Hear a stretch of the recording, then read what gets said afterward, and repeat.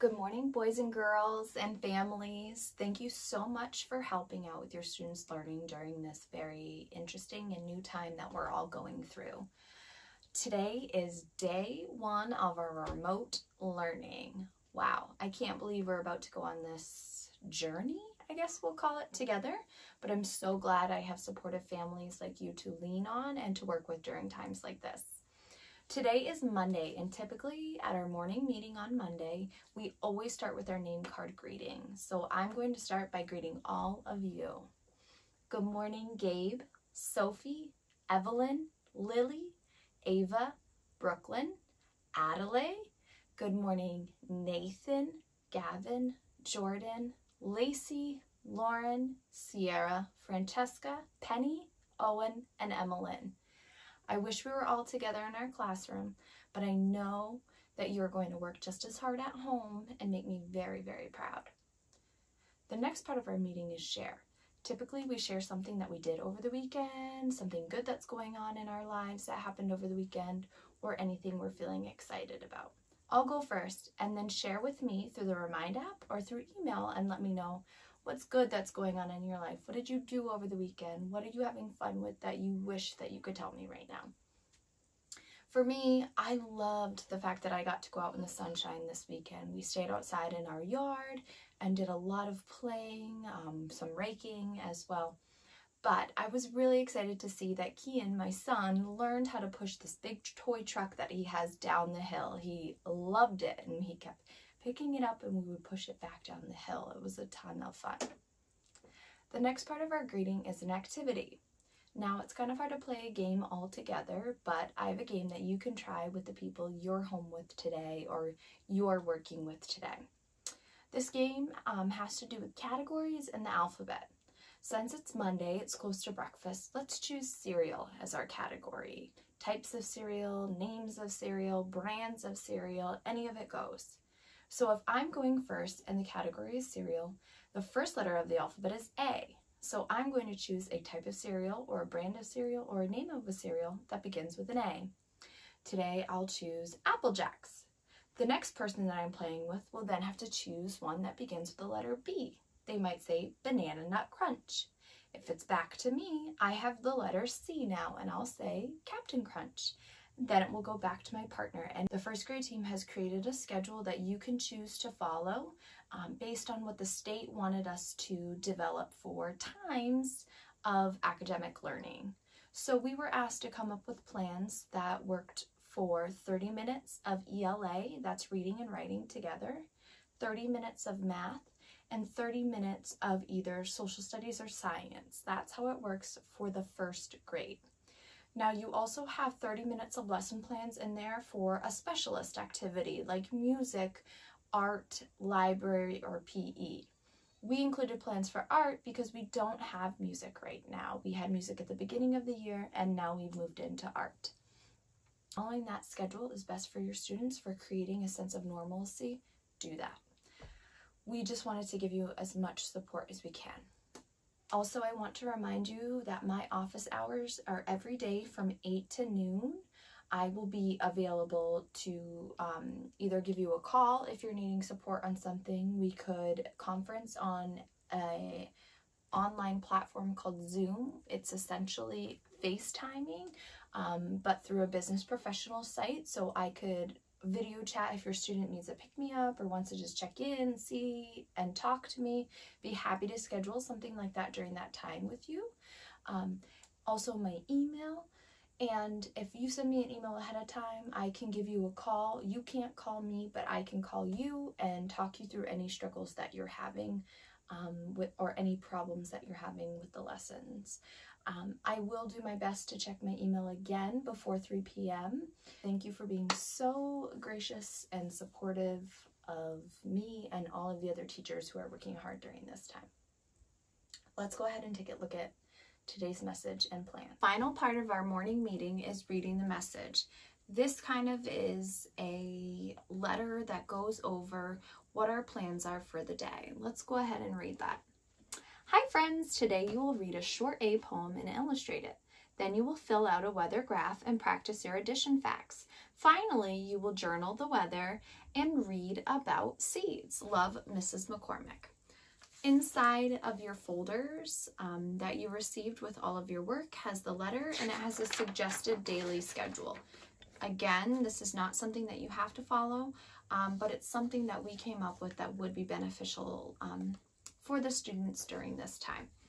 Now, in the morning we have academic choice. That's before we begin our meeting or anything, just to get our brains and our hands moving and ready for the day.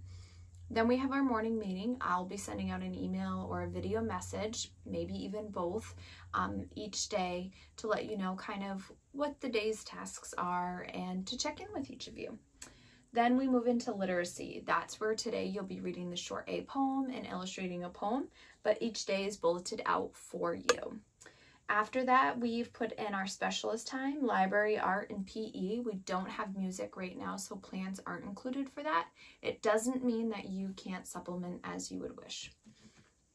After that, we have our math time. We start with a daily warm-up of graphing the weather and counting, and then we go on to the lesson tasks. So the first day's lesson task will be addition fact fluency. So solving addition facts within 20, and then each day has a different task moving forward. After we do math, we break for snack and a movement break. We use Go Noodle a lot of times, but there's a great site called Cosmic Kids on YouTube with some yoga and mindfulness as well. You can also get outside, enjoy some fresh air if it's nice out, have some outdoor recess time for a movement break. We end our day with science and social studies. That block begins with a warm-up too. It will be a weather journal. Be super descriptive with your language, how you describe the weather. What does it look like? What does it smell like? What does it feel like if you walk outside? Do you feel warmth on your skin from the sun? Is there a chill in the air? Does it feel wet and cold? Is it foggy out? Is it bright skied? Is it cloudy? So be super descriptive when you're filling out your weather journal. And then there's a task each day for science. We've included a National Geographic reader and a Scholastic News for this week as well. So those are great things to read with brothers, sisters, family members. They're really interesting. And today's first section will be on seeds. So enjoy that. And then after that, we've put in lunch. Don't forget that the Got Lunch program is still delivering lunch every day on the bus. If you miss it at the stops that were sent out, you can always go to a pickup location, one of the elementary schools, during the allotted time. If you need the information on that program again, you can visit the school's Facebook page, or you can message me directly through email or Remind, and I will get you that information. On the back of the schedule, we've added a list of menu choices and links. So most Fridays we have left in some free choice for the kids, a choice of an activity that they want to complete in literacy, math, and science. So we have some great ideas and links in reading, math, and science. One of my favorites right now is Zern. It uses all the models and strategies we've been using to teach math. The kids' logins are provided on the neon green cards in their envelopes, and I get all the data. So anytime they're working on Zern, I'm getting that information back, and it's a really great way to see if the students are progressing how we would like them to at home. And for science, another great site is the San Diego Zoo. We've included the live cam link here so you can watch some animals in live action, but their kids page specifically has some great animal fact pages. We were recently on it as a class looking at chameleons and the facts about those animals, and it's just really clear to research, investigate, very kid-friendly. Mrs. Rosenfeld, the librarian, if the kids go on the PSS page, click on media, she has tons and tons of academic links that are great for elementary level students. I encourage you to explore those with your kids if you're looking for any extra time that you want to fill up with academics, any, engaging sites or games for your kids to work on. She has a ton of great links there, and you can email her directly with any questions about those, or me, and I can help you the best that I can. The final site that I want to mention to you is the Scholastic site. They're offering a great program right now during remote learning for free for all families, and we've included the username and password for that. Do the best that you can. Like I said, this is a suggested schedule, so we would like you to get the work done that we have assigned for the day, but it doesn't matter the order in which that you do that. So if you are working remotely from home and you can't begin this until later in the day, that's all right. Just try your best to complete this with your students each day that it is assigned. All right, so let's look through the day. If we look at our daily schedule, the first thing it says for literacy is to read the short vowel poem and draw a picture to visualize it. So the poem this week is Me and Dad. It has a section for your student to draw. They should use color pencils, crayons, markers, whatever coloring supplies you have. The drawing should be detailed. There should be a whole scene with multiple colors. If they need to label their drawing, they should do that as well. On the back is what they'll be working on the next day. So today it's only reading the poem and visualizing. When we read the poem in class, we do what I like to call an I do, we do, you do, where I read it, then we read it as a class, and then I choose a couple kids to read it for the whole class. So if you're doing this at home, you might read it, you and the child read it, and then they read it to you. So I'll read it one time here. Me and Dad. Me and Dad got in the cab. We sat in back and gabbed. We grabbed our bag with balls and bats, and off we went to play and chat. We played some ball. I was so glad. I loved to spend time with my dad. So they should be able to draw a clear picture illustrating what they visualize when they see this poem. On Monday, we typically have PE. So you could visit Mrs. G's website and complete one of her activities that she has on there. For math, if we look at the daily warm-up every day, we'll be filling out the weather graph. If you look at the weather graph, it looks like this. If it is sunny out, the students will put a tally in the bottom, or cloudy or rainy or snowy, they'll put a tally in the bottom, and then they will color in one box because one day was sunny, okay? Then we'll be able to see the bar graphs grow depending on what days and what weather we have more of. That's part of the warm-up. After you do that, please do some counting with your child. You can count by fives up to 120. You could do back and forth counting where you go, they go, you go, they go. 5, 15, 25, all the way up. Support your students as much as they need with that. You could have them skip counting by fives all the way up to 120. You could do tens as well, 10, 20, 30, 40. A lot of times when we count in class, we add an exercise to it. So if we were counting by twos, we might squat and reach and go 2, 4, 6, 8, and do things like that. Sometimes we've added in just kind of goofy movements like 2, 4, 6, 8, just to get our bodies moving and give ourselves a break. The activity for math on day 1 is a 2-sided page. The first side is math, addition, fact, fluency. You can see this goes exactly with our competencies. So this is the must do on this side. If the student finishes the must do side, there is a color by sum on the back. You could also use this for another day at another time if you wanted them to work for a little bit longer. Your students can use counters. If you have beans or macaroni at home, they can use those to make these problems. They could also draw a number line, or you could draw a number line for them on a piece of scrap paper, and they know how to count on and skip on the number line to help them solve these problems.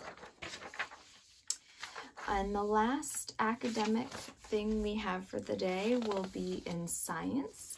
And what the students are going to do is they will first fill out their daily weather journal, and that's what it looks like. It says has a spot for the student's name, their weather observations, and this is for the spring of 2020. We've added in a word bank at the beginning, so any word that's in the word bank should be spelled correctly in the observation journal. Our high frequency words that are found in the Resource Center should also be spelled correctly in this book. The, was, is, has, words like that. We're expecting correct spelling. Any other words, we want to see them trying to sound them out and stretch them out. So they have to draw the weather and write a sentence about the weather. The sentence should contain a capital letter, as much correct spelling as they're able to do, and punctuation. In their pictures, we're looking for detailed, real life color with labels. If the student finishes that, they can go ahead and color the cover and add more design to their journal. And the last part of science today is taking out the National Geographic Explorer, and they are going to read this section on the move. It's about seeds, and it goes to page, looks like it ends on page 7, and they should share some interesting facts that they learned. You could have them write on a sticky note, one fact for each page, or on a sticky note, one fact that they learned in that section, or you can just talk about it. So those are the plans for the day. I do want to mention one thing that I shared through the Remind app that I know the United Way has put out, that people in Lakes region are printing out pictures of rainbows or coloring and drawing pictures of rainbows, putting them in the windows for kids who are out on walks, and it's sort of a scavenger hunt to see how many they can see in the windows when they're riding in the car or walking around.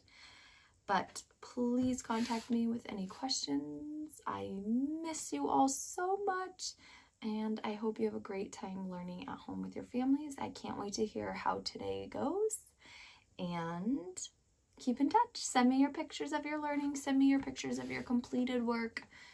I would love to get as many pictures of completed work as I can. Thank you. Bye.